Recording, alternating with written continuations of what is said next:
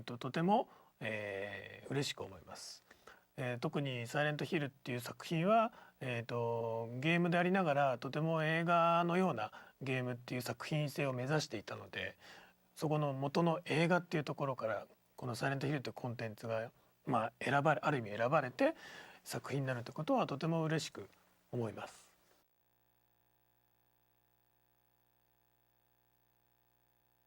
もともとサイレントヒルっていうゲームが、さっき言ったように映画から影響を受けたってことで、特にデビッド・リンチだったりスティーブン・キングだったり、それこそジェイコブス・ラダーだったりっていう作品の影響はとても大きいんですね。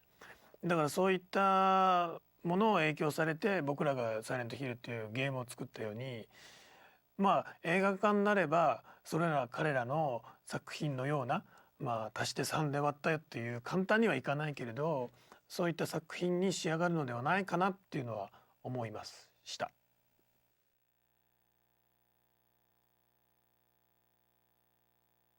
もちろん映画もそうなんですけど、特に「サイレントヒル」っていうゲームはホラーでありながら人の心理状況とか感情的な面とか人間性みたいなところをすごく深く追求してるところがあるんですね。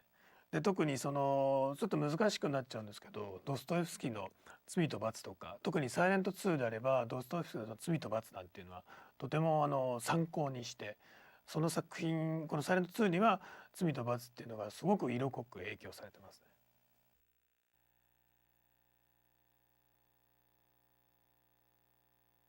サイレントヒル1で出てきた、看護婦のリサが僕は結構お気に入りというか印象的ですね。でそれは比較的サイレントヒル1ではほとんどちょい役というか、そんなに主人公クラスでは全然出てこないんですけど、ストーリー上で描かれるリサの、感情とか、そのリサが出てくる登場する、理由だったりっていうところで、大きく「サイレントヒル」っていう根底的に流れるお話とは離れてはいないんですけど、リサを通して伝えられる人間の悲しさとか、そういうのがすごく出てるんですね。本当に少ない登場なんですけど、僕はすごく印象的で好きですね。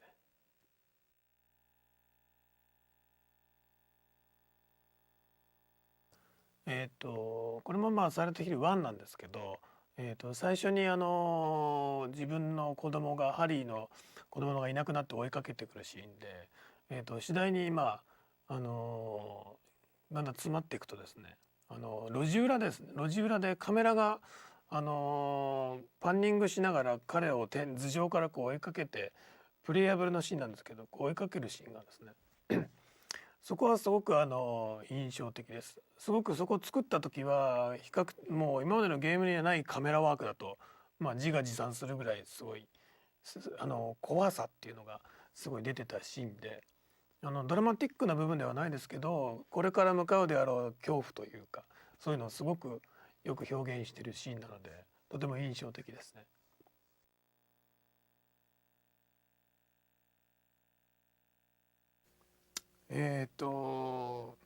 僕はサイレントヒルっていうのを作りながら、実は実はというか、自分が一番多分サイレントヒルのファンでもあるっていう自負っていうのはですね。でそういう立場でサイレントヒルを作りながら、サイレントヒルの一番の自分がファンだということで、今回クリス・ガンと監督とお会いできたっていうか、一緒に作品をね作らせてもらうっていうだけでも光栄なんですけど、まずここでちょっとじゃあ置いときます。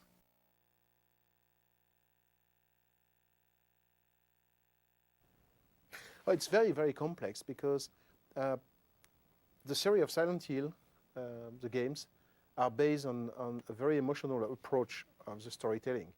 I mean, usually in a game, you have to face danger, you have to be a warrior, you have to be a hero. In Silent Hill, you can't be a hero. You stay until the end somebody with very, very deep emotional feeling. And so in a way, it's very disturbing. A lot of people talk about why these games are so frightening. and they talk about the atmosphere, they talk about the colors, they talk about the creature. But I think that these games are very frightening because the characters are very emotional, and basically they are very vulnerable. And you can't fight against the creature in the game. You can kill one or two creatures, but quickly you have to run. And that's one of the secrets of the success of this series, is that basically the creator of the series decide that the gamer has to stay a human being and not try to be like an idealistic vision of himself or herself. So that's a very important point. And so when you're playing to the game, your feelings are very confusing, very disturbing, and constantly you try to see where is the line between good and evil, where is the line between making something good and making something ugly. And the loneliness of your character through the adventure, because most part of the time you're completely alone in the fog and in the dark, make that you're very, very vulnerable in terms of moral perspective, according what you have to do in the game. I mean, every gamer will understand what I say when, for example, I will talk about in the first game when you have to kill Sybil. That's an horrific moment. That's certainly one of the most horrific moments in a gamer life. The moment where you have basically to kill the only character who can help you, because you have to do that. And it's why the game is, for me, a very pervert experience, because constantly you have to define yourself through action that sometimes you don't want to do. Or most part of the time, all the game are about things that you want to do, that you would love to do if you were a hero. In Silent Hill, you're forced to do some action that just make you feel very alone and very disturbed. And it's a very mature way to approach game, I think. I think that, for me, that's maybe the first game that we can say it was mature. It was conceptualized in a very mature way. There is no other game like Silent Hill.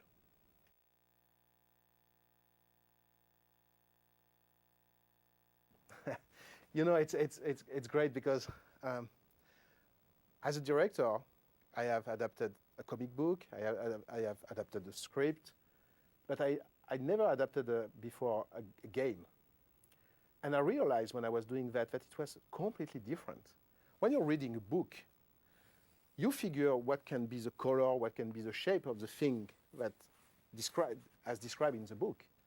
But when you're adapting a game, you're adapting something that actually you have lived for real. It's like going in a different country. It's like going to Pakistan, coming back and say, I want to tell a story about my trip in Pakistan. That's exactly the same thing with game, and especially with a game like Silent Hill. When I was adapting this game, it was like I had the feeling that I have to tell to the people what was exactly my feeling and my adventure when I was in Silent Hill, when I spent so many hours in the night playing to Silent Hill. It was like a foreign country. Oh, I'm going to tell you how it's be to be in Silent Hill. So it's a very, very interesting thing. It's why it becomes also very personal as a process. You know, you can't adapt a game just because you have to adapt a game. It's not adapting a game is not like adapting a comic book. You know, it's completely different because you have the feeling to have been there. You know, and bring back some truth about what was the experience to face that adventure. So it's, I would say that it's almost like a self-biography, adapting a game, a good game, of course.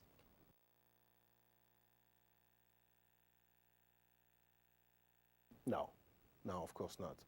You know, when we are dealing with bad games, of course you have to play the game to enjoy an adaptation. But I think that Silent Hill, like all the great creation, expand the boundaries of its medium. I mean, Silent Hill is not only a game. For me, it's a piece of modern art. It's not only a game.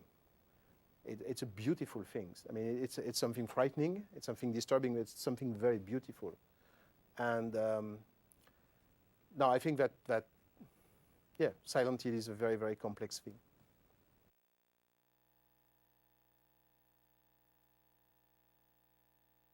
I think that Silent Hill, because it's a modern art piece,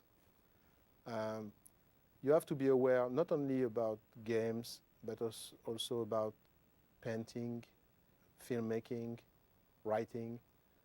I mean, like every important piece of art, it covers many medium.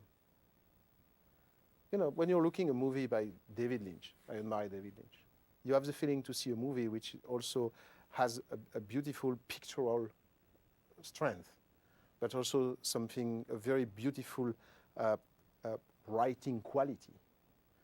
And of course, the music is also important. I mean, in complete piece of art, you know, you're covering many medium. And I have the feeling that the game of Silent Hill is all about music, writing, aesthetic, photographic feeling. You know, it's everything in one piece. So yes, when I have to adapt Silent Hill, you know, I watch some work of some painter like Francis Bacon. I'm watching again the photography of Belmer. I'm watching some movie from East Europe, or very old film like the one by Louis Buñuel. I mean, it's everything which can help you to have this surrealistic perception, you know, is important.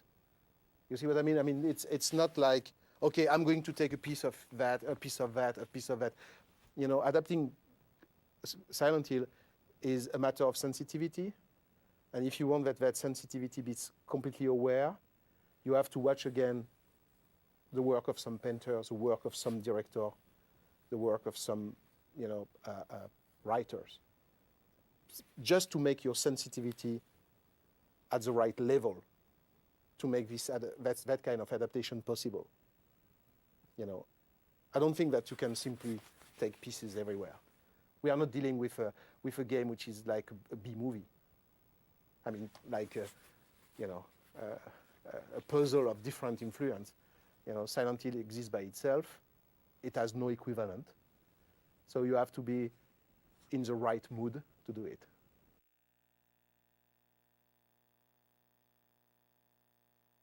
Oh, I think it's a question that I'm going to hear a lot.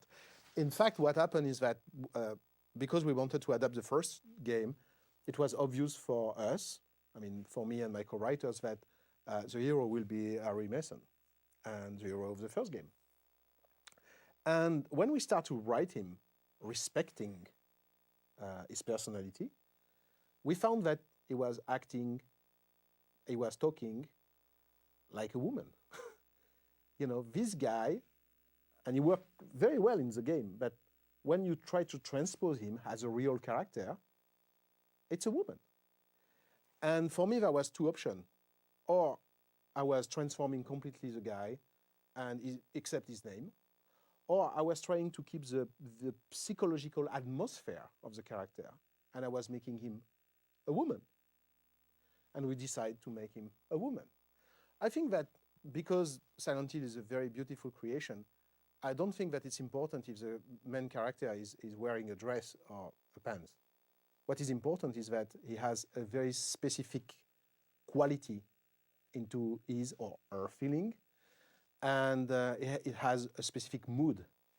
And we thought that the fan will understand very well that, because we'll preserve the atmosphere of the game, which is the most important thing. You know, as a gamer, as a fan of Silent Hill, that's for me the real thing to preserve, the atmosphere. And I don't care if the character is a man or a girl, if the atmosphere is there. And you know, it's a very important point, but what can work into a medium not necessarily work into another medium. I mean that game is game, movie is movie. And sometimes in a game, just a little ambiguity is enough to make a character very realistic, not in a film. In a film, you have to create what they call a psychological arc. You have to take the character and make him, evolving through scenes. And it's true that for us, when we have adapted Silent Hill, what was important is adapt the mythology and the atmosphere of the game, but we try to make the character more complex than in the game. But keeping in mind that each of these characters has a special mood and was bringing a special quality to the atmosphere of the game. So I think that the gamer will be happy to find that Sybil Bennett is in the film, that Dahlia Gillespie is in the film, Alyssa Gillespie is in the film, but they will find also that these characters have evolved, Also because a movie has to expand the psychological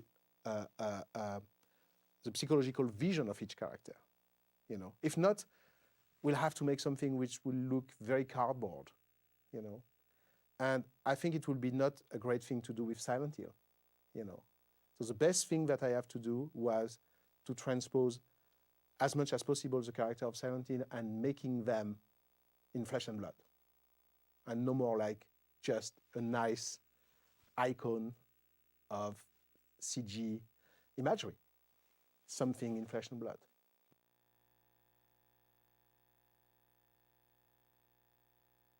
There is so many monsters, so many creatures with an interesting design in the game. It was like, it's like opening the library queue of Akira.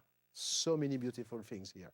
And when you open the zoo of Silent Hill, so many beautiful creations, so many amazing creatures.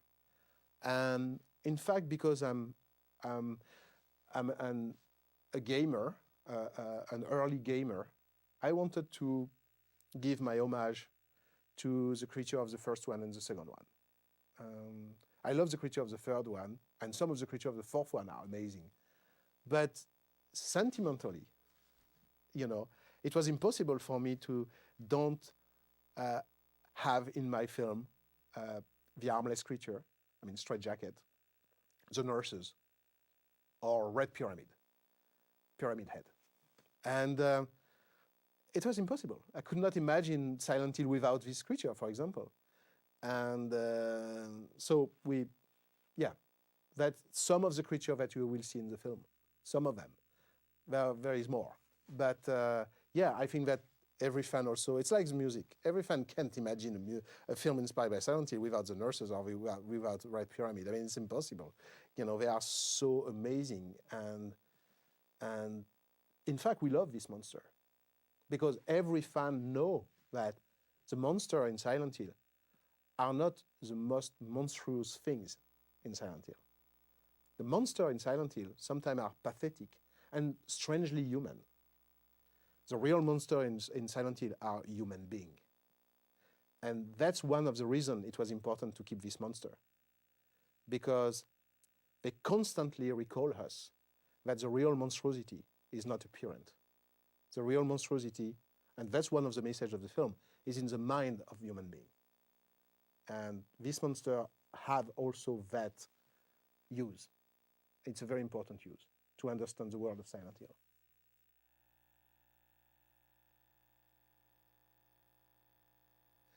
It's difficult, because there is so many amazing moments that I have spent in these games. But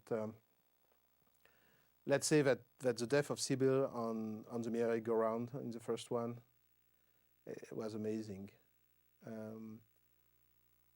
Of course, the first time you met Red Pyramid in the dark in the second one, and of course the climax of the second one is amazing. And when you realize the truth about your relationship with your wife, it's unforgettable. And actually, it's funny because these two moments make me cry. So that's one of the reasons I like to think that it was important to adapt this game. It's because it's not only about fear, it's about emotion. And these two very moments that I have, remembering, actually made me cry. That's important. There is not so many games that make you cry, with your joystick in the hands. It's very rare. It's unique.